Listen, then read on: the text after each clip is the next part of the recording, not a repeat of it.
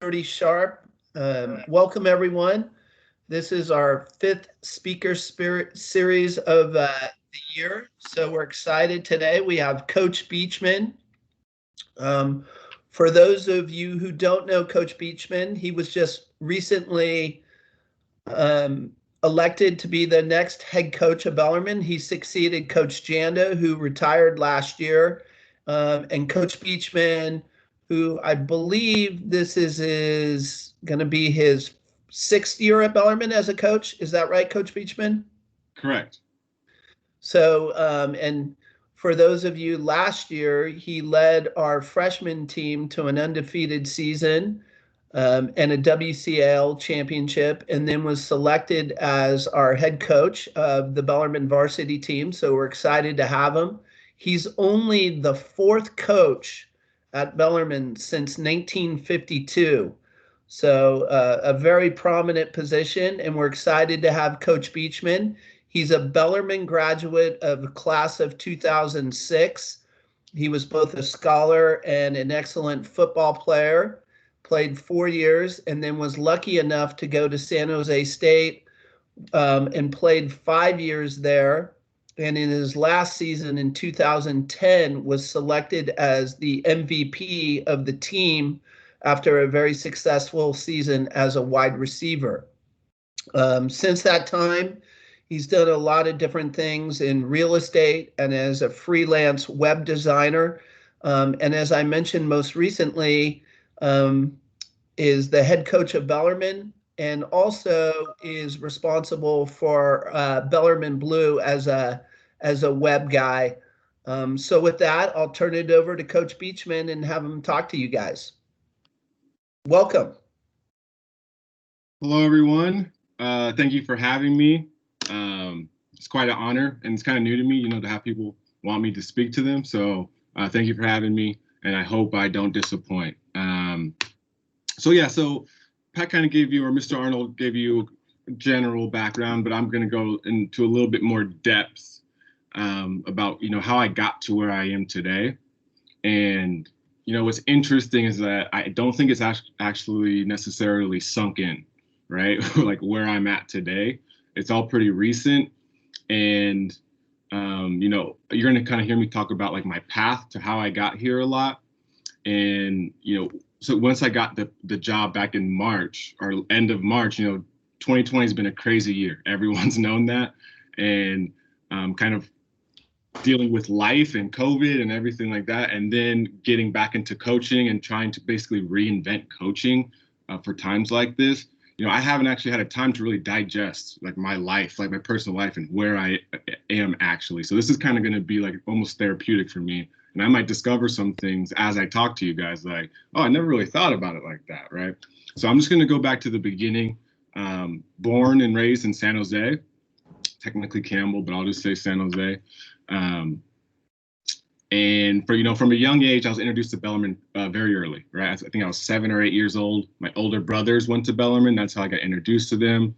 I would go to all their sporting events. I like to joke around that my first job was being the water boy for the varsity basketball team. And there's a picture of it. I don't have it on me, but maybe I'll send it out to you guys. But as a kid, 8-year-old kid on the bench, and, that was my first job. I guess that was my first career move. So it was enjoyable. The pay was terrible, but, I really loved what I do. And Coach Snyder was the coach then, and he's still the coach now. And, ever since then, up until, when I was 14 or became a student at Bellarmine, I always considered myself a Bell. And I think when I was a freshman, that's when it became official. And what I want to kind of emphasize is that I made a decision before it's involved with Bellarmine, but it's before I was actually attended my first class at Bellarmine that really influenced my entire path to where I got right now. And I think when you're young, you view the decisions that are going to shape your life later on down the road. Or maybe once you get to college, I'll figure out what I want to do. Or once you graduate college, I'll figure out what I want to do then. But there was a decision that I made before I even attended my first class in my freshman year at Bellarmine that changed the course of my life, and that was a tryout for the freshman football team. And I wasn't going to. I came into Bellarmine. My brothers were really basketball players. I loved basketball. I'd never played football before coming to Bellarmine, and we were here for freshman orientation. So we didn't have our first class yet, and typically that's when the freshman football sign-up meeting was. And it was after orientation. They would have that meeting right there in the amphitheater. I'm on campus. That's why I'm sitting here. And I saw everyone sitting there excited, listening to Coach Benson. Mr. Benson was the coach of the freshman team at that time. And I was just walking by, listening, kind of in the back, not necessarily in the amphitheater, but just watching from afar. And a kid came up to me. His name was Kevin Schmidt. He's another student, another incoming freshman. And he kind of like sized me up, and he was like, "Hey, you know what? You look like you'd be a good football player." He's like, "Do you like football?" I was like, "Yeah." He's like, "Why don't you just give it a try? Like, if you don't like it, you can always just like not do it." And I remember just feeling like, I don't know, right? That there's a feeling like that probably you guys can relate to, that you want to almost like stay comfortable, right? And I think that's what I was feeling. I'll stay comfortable. I'm a good basketball player. Let me just stay with basketball. I've never done football. I've never done that. And for whatever reason, maybe it was because, Kevin Schmidt got in my ear and he said, just do it. I decided to sign up, right?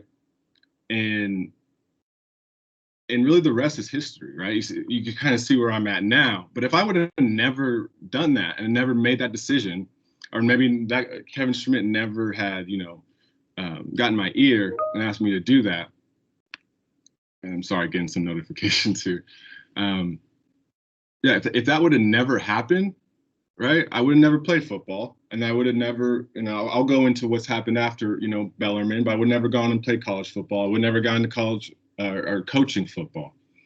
So why bring that up is that some of you might have already made decisions that will dictate, where you kind of end up on your path, and there are decisions right now that you could be making that will help you shape your path going forward.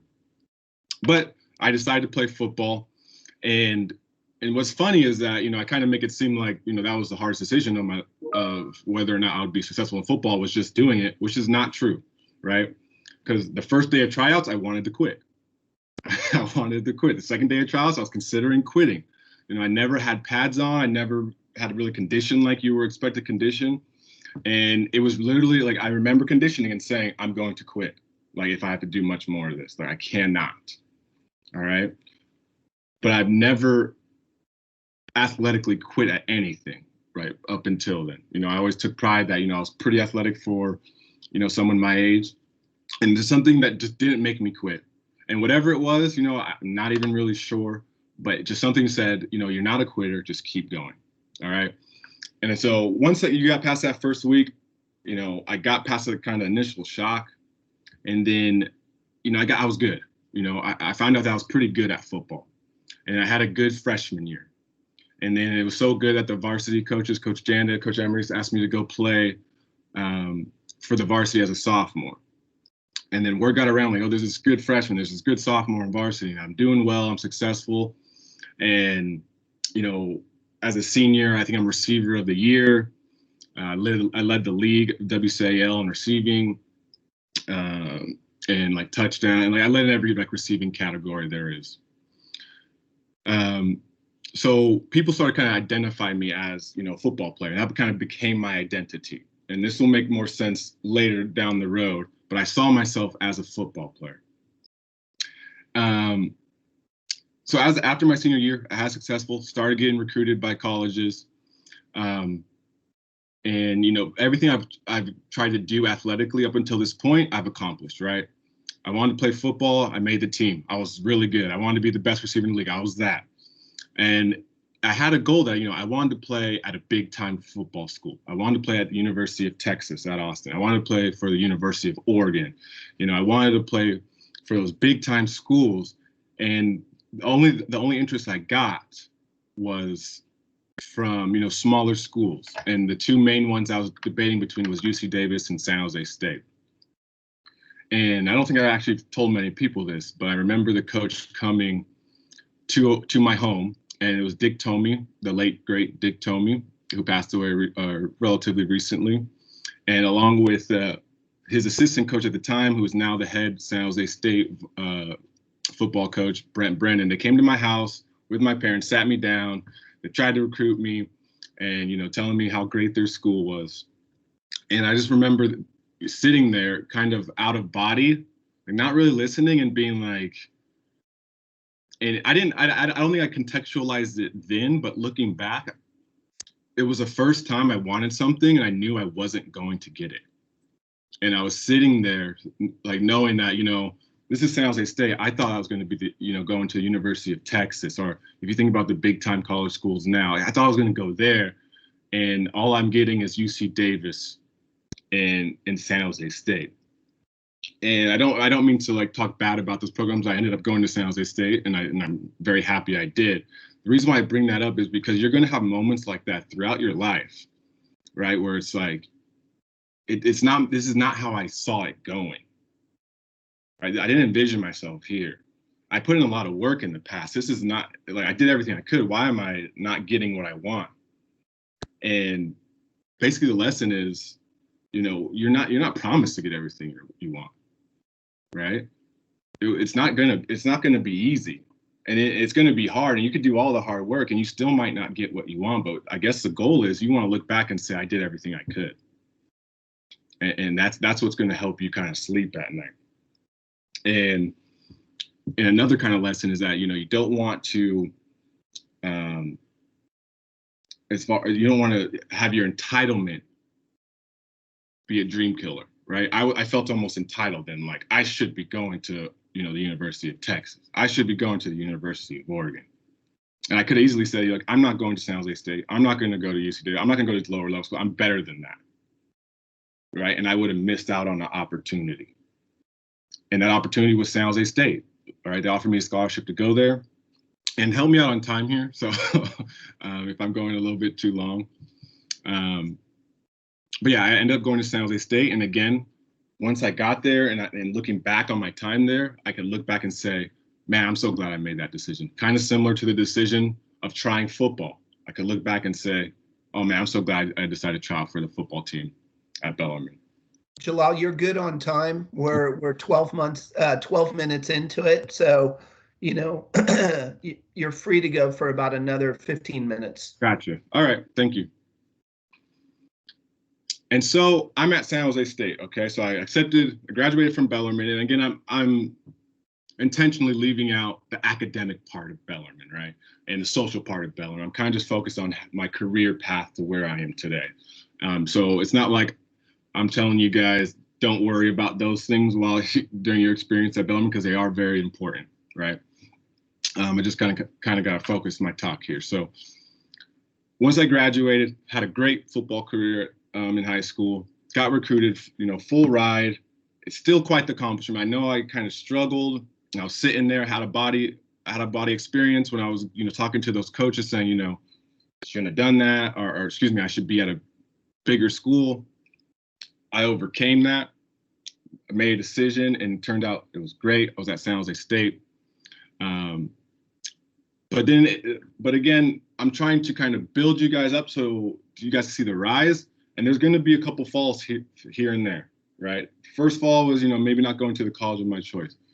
Okay, second fall is that, I just came from a situation where I was the best, not only at the school and the league, but, I think I was just thinking too small, because I went to an environment where everyone was the best at their high school, right? So, my freshman year, I didn't play very much. I think I had 2 catches all year, okay? And not very many more plays than I had catches. So I was on the bench for a lot. And I remember my first day of practice at at San Jose State.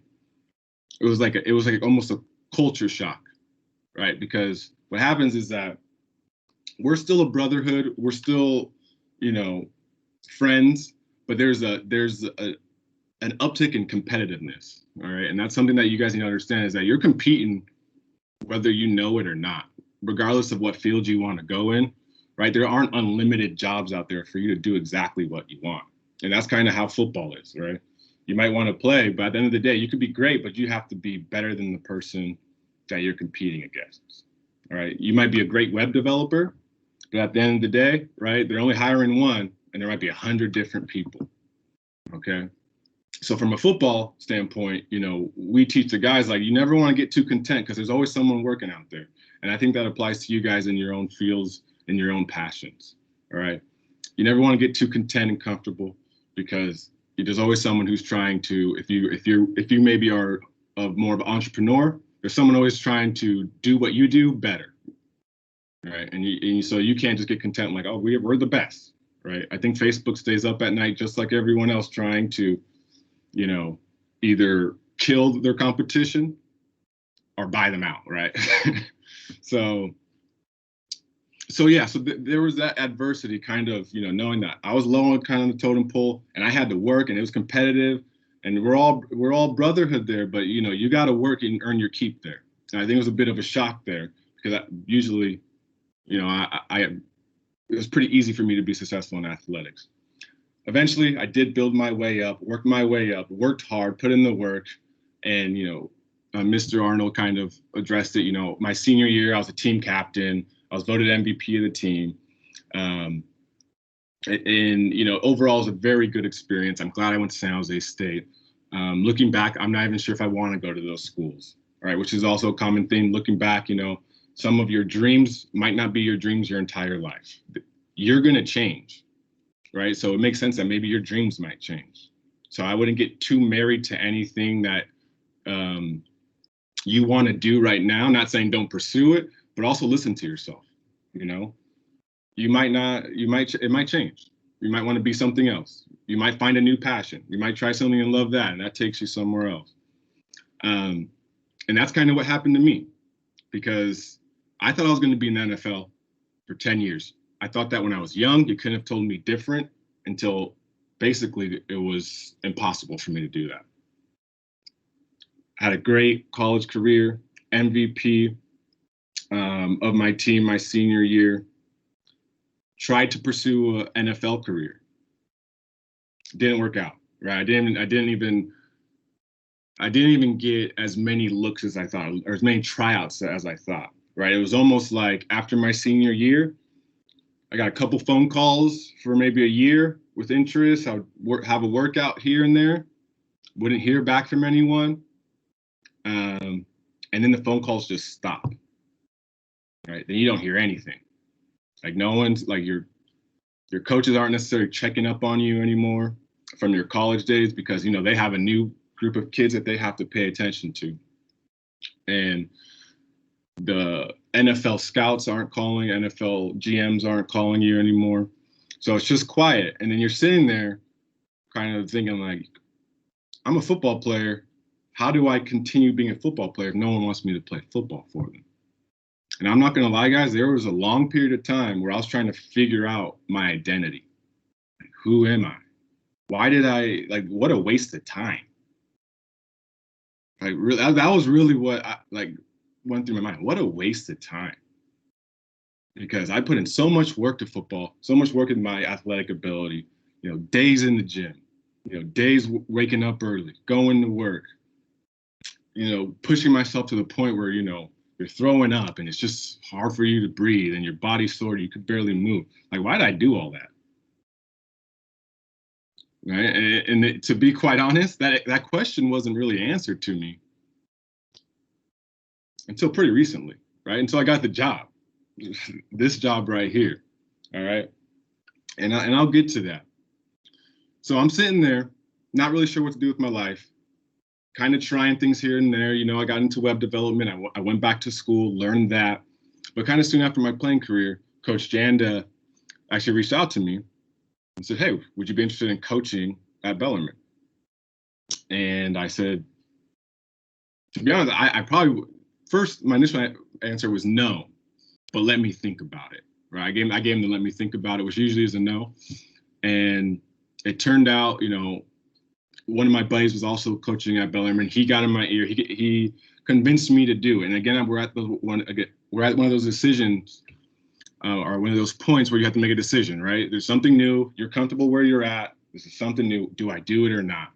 and I decided to do it. And again, it's one of those decisions where I'm glad that I just gave it a try. Coaching is something new. I'd never done it before. Didn't think I'd be very good.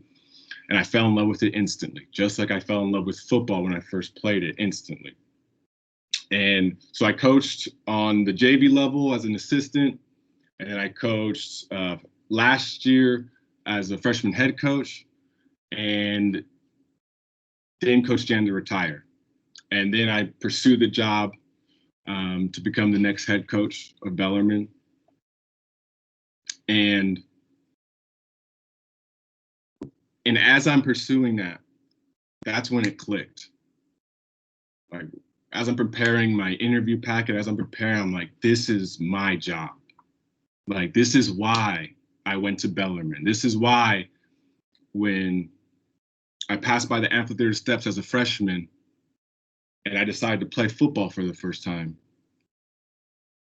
and there was that hesitancy, like I didn't want to, but I did. Like, that's why I decided to do that. It makes sense now. It makes sense why I didn't quit on the first day of freshman football and kept going and had a successful freshman career, and then dedicated all those hours throughout high school, throughout college, and even after college to, you know, putting myself physically in the best condition of my life, and sacrificing all those hours and all the, like, the social things you miss and all the other things you miss and sacrifice for this goal. Like, then it made sense. All the time I spent in high school and after, it made sense why I put in that work. But there was a long time where it didn't make sense, and I almost resented football. And again, I don't tell this to many people. Like, I almost resented football. I couldn't even watch football for a while after I was done with my playing career, because I would see it and it would remind me of all the work I put in and nothing came out of it. And I hadn't even gotten the job yet, and I'm feeling this way. I'm like, this is it. This is why. And I ended up getting the job, and, you know, it was really my dream job, guys. And I'm so happy that I ended up getting it. I'm so honored. I'm so humbled to be in the position I am now. There are some challenges, especially with what's going on right now, that I'm experiencing even in my short career. But these are good problems to have. And I guess to kind of give you some points that you could take from, I guess, my story is that, one, follow your passion. My passion was football. And yeah, I may have thought it was playing football, but coaching football is just as fun, if not more fun for me, right? And leverage your passion. So you might love football, but you're maybe not a great athlete, or maybe it's just not for you. But you could still have a career in football. Like my brother, he loves football, and maybe he should actually talk to you guys one day, or maybe I'll get in this here if he hasn't yet. But he's actually hold on. He's actually works for the 49ers as a lawyer, right? In-house counsel. He's a VP there now, right? And he worked for a fancy law firm, made a lot of money. That was great. But he took a job for less money because he was more passionate about working for a football team. And even the work, and so Martha, I'm going to use you as an example here. I could tell that kid's passionate about football. And he even said it himself, right? He's like, I don't really have the physique to play football, right? But, you know, he's good with numbers. He's passionate about analytics and learning football analytics, right? And I think he's enjoying himself just as much, maybe like if he were even playing, right? I'm enjoying myself just as much, and actually more than if I was playing the sport. So I think one thing I tell kids, like a lot of adults will say, you know, focus on academics. Where I would say, if you like athletics, that's fine. Just leverage athletics with your passion, and leverage athletics with something academic or something you're good at. Okay, maybe you like being in front of a camera, being a sports analyst or a journalist, right? And you love football, so leverage that. Do both. All right. So that's one lesson. Another lesson is that when I look back on my life, is that, again, and I kind of mentioned this earlier, like don't miss an opportunity, right? And don't be too entitled, you know, to I think entitlement is a dream killer sometimes, right? I could have very easily said, I'm not going to go, I'm not going to be a football coach because I'm better than that, right? I'm supposed to be a football player. And I could have said, I'm not going to go to San Jose State because I'm better than that, you know? And then you're going to have opportunities in your life where you might think that you've done enough to have a higher role or more responsibility. All right. And up until last year, I could easily say I should be on the varsity staff. I shouldn't even be coaching on the lower levels and quit coaching. If I would have done that, I would not have gotten this job. I would not have had a 9-0 season last year. And I think that season helped me get this job and done special things. But I could have said, I'm too good to coach freshman football. Yeah, but a year later, look where I'm at now. So sometimes, guys, you're not going to get your dream job right out of college or right out of high school. Your first company is not going to be an overnight success. Okay, but you just got to work through it. And I think I'm hitting my time now, so I'm going to stop it there. And again, if you guys see me on campus, please say hi. Please use blue, first of all. That's another thing. And I'm not sure how much time we have for questions, but yeah, Samartha or Ashok, if you want to. Sure. Yeah. Thank you so much, Coach. We really appreciate you taking the time to come out and talk to everybody and really share your experience. So we just want to thank you, first of all. So we have a few students sending questions to us, and then we kind of ask you. So we had one person send a question. How were you able to find a new passion after your playing career didn't work out? Kind of what steps did you take to kind of tap into find a new passion, really? I would say trying. I mean, I think a lot of people have a lot of passions, right? Or interests. Okay, I think all your passions kind of start with the interest at first, and I would say trying one of your interests could lead to a passion. So trying things. If you don't try anything, you're not. How are you going to find anything, right? If you don't, how are you going to find a passion if you don't try anything? So I would just say, what are you interested in? And maybe you're not even really interested in something. Just give it a try. If you don't like it, you could just quit. Okay, and I know, like, as a football coach, telling someone like quit is kind of weird. But if it's just not for you, it's not for you. I tell that to the guys, especially the freshmen. Like, football might not be for you, right? And things might not be for you, but you can't be scared to try. I think that's where most dreams die, is entitlement and just not trying. Right, never trying and taking it past just the thought process. And yeah, so for me, it was just trying coaching. Like, I did not think I would be passionate about coaching when I first started until I did it. And I was very passionate about it. And it surprised me how passionate I was about it. Yeah, so that's kind of, I guess, my advice there.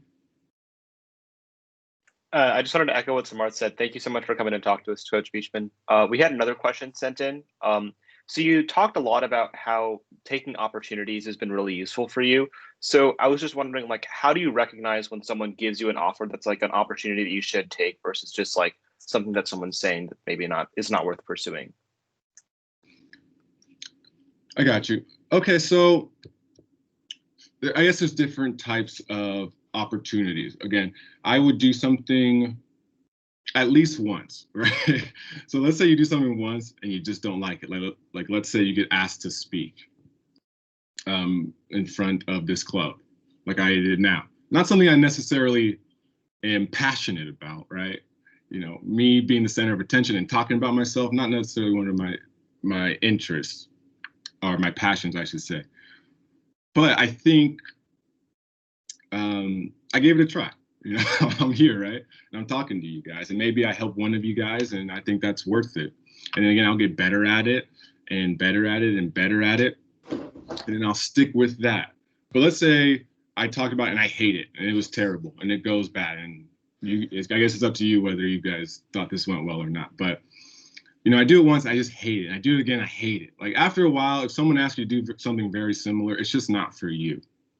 Okay. So you don't really, and that's the thing, I guess the answer to your question is that you don't know. You don't know what's a real good opportunity or what's kind of something that will fizzle out and you will not be passionate about until you actually try it and give it a fair shot and actually own it. right? Because there's some people who go out and play football who they don't really own it, right? They're not really out there. They're maybe just out there to try it, and you could tell. And maybe they just want to, tell people on the football team. You're not going to be very good at anything if you don't give it, a real honest effort. So yeah, if you're going to try something, give it a fair shot. Like if you're going to try yoga for the first time, actually try it. Go in there. Don't just kind of go through the motions and be like, this is dumb, because you're not going to actually enjoy it. All right. So yeah, that would be my answer to your question. You got to try, and then it'll kind of work itself out. Awesome. Thank you. We have another question. This is more specific than the previous two, but I know Mr. Arnold mentioned, and so did you. You mentioned that you got into web development. So what sparked that interest of you going into web development?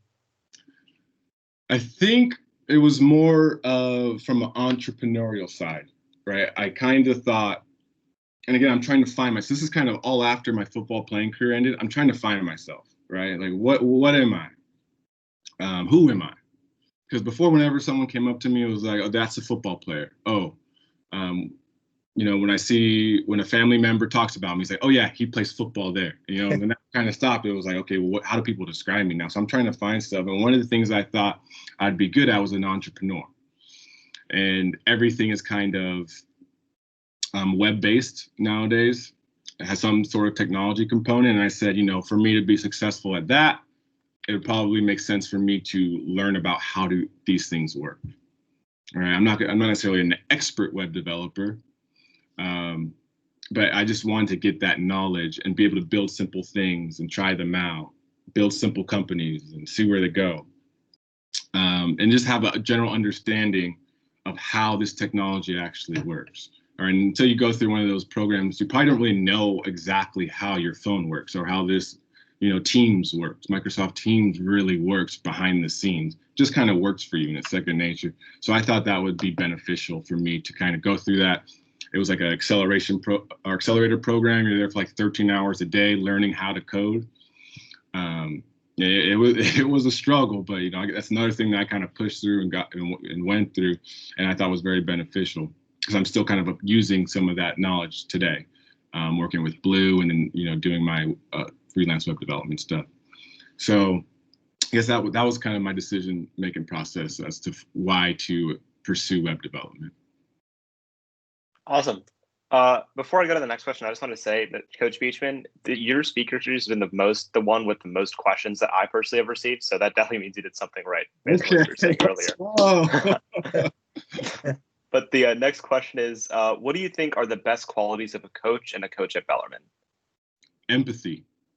That's number one. Like,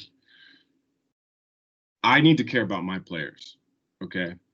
And the players need to know that I care about them. Because if they don't know that or don't think that, right, they're not going to necessarily perform or, do the things that we ask them to do the way that we want them to do it. If they don't think you even care about them, right? Because we ask our football players to do a lot, right? They wake up at the crack of dawn. They work out under normal times before they even get to class, right? Before classes start, they already had an hour and a half workout. And then after that, they go through class, and then they got practice, all right? And they're practicing. And then, our games are on the weekend. So maybe they're missing a mixer. Maybe they're missing some sort of, social event. Maybe they're missing family vacations because, we play kind of around the holidays. And we should really always be kind of training throughout the year, right? So you kind of have to, it becomes your life. It becomes your identity, right? I think that's why athletes in general have a hard time after their playing career ends, is because it's become so ingrained into their life. And once you take that away from them, they struggle. And I was one of those people, or I'm not going to lie. So, wait, what was the question again? Qualities of a coach. Okay, yeah, there we go. So we ask a lot of these from these people, and you have to empathize with their sacrifice and know that you care, get to know them, and understand that they're sacrificing a lot for you. And And once they believe you, they'll do anything for you, right? So we're asking them to do a lot. We're asking them to run full speed into another human being running full speed at them, right? Some of you guys, it's really a feeling. I want you to imagine it, but it's really a feeling when you have a grown man who's 6'4", 250 pounds running straight at you, trying to take your head off. And we're asking, hey, you need to put your shoulder right into him. All right. And you need to deliver just as much of a blow as him, even though maybe you're only, 5'10", 130 or 150, whatever, however much you weigh. Right. I mean, you got to really trust your coach. You really got to trust the people who are telling you to do these things if you're going to go out there and do them. And we're not trying to get people hurt out there, but, what really gets people hurt is hesitancy out there. So if they're hesitant and they're unsure about like what they're supposed to be doing, they don't really trust their coach. Like, why am my coach doing it? Like, once they trust you and they understand that you're doing this and you're trying to protect them and, you use this form, you're going to be okay. Believe me, it's going to be scary, but you're going to have to do this play after play after play after play after play, right? If there's no empathy there, they don't trust you. They don't believe they really care. They're not going to be successful. And I don't think a coach is going to be successful if he doesn't view his team as individuals with feelings and who care, who have needs, other than just, go do that and do it because I say so. Awesome. Thank you, Coach. And our next question is kind of similar to the previous question, and just tying it in. What qualities or attributes are the most common across a coaching career and a career of a web developer? So what can you draw from both of them? I would say having like one quality that I relate to both web development and coaching is like logic, reasoning, and strategy. Like those go into both, and being able to be organized and being able to kind of have a vision for something you want and taking the proper steps to kind of accomplish those visions and accomplish those goals, right? It's one thing to say like, oh, I want to have this, and I'm sure you guys have probably thought this, like, I want to be the next Facebook, or I want to be the next like big time company. And I'm going to build this website, like I'm going to build the next like Uber or something like that, right? That's easy to say. That's cool. Anyone can say that, right? I think like when you're kids, like how many people want to be firemen, or like everyone kind of wants to be the same thing, like, but not everybody's a fireman or a professional baseball player or something like that. So I think that what the similarities are as being able to see what you want to accomplish, whether it be like this beautiful website or whether it be, this killer explosive offense and things like that. You need to be able to have the logic and reasoning of, how do I build this? Okay, what step do I have to take first? Like if we're talking about web development, all right, what is it going to look like? Do I even know how to code? All right, I better learn how to code if I want to build a website. Okay, and what's it going to look like? How do I build this? Logistically, how does this work? And that's really what coaching is too. It's just kind of the same thing. Like I want to have a successful football team, but how does that look? How do I build that? All right, and first of all, let me like care about these kids first. That's a start. All right, and then it's like, okay, well, I want a successful offense. Like, what does that look like? All right, well, I need to put the players in, the right position. I need to be deceptive. I need to kind of step by step kind of plan out how do we build these things versus just saying, I just want like, I just want the goal, right? All I care about is the goal, right? But really the process is what's important. And I think the process is very important in web development and in coaching. Awesome. Just one last question here. So you've talked a lot today about how it's really important to work hard and identify like steps you need to take to fulfill your goals. But a question that came to us is like when you're working so hard at something, it's sort of natural to start feeling entitled to achieve the result. So how do you say you can work hard without feeling entitled, and how can you separate those two? It's a good question. It's a very good question.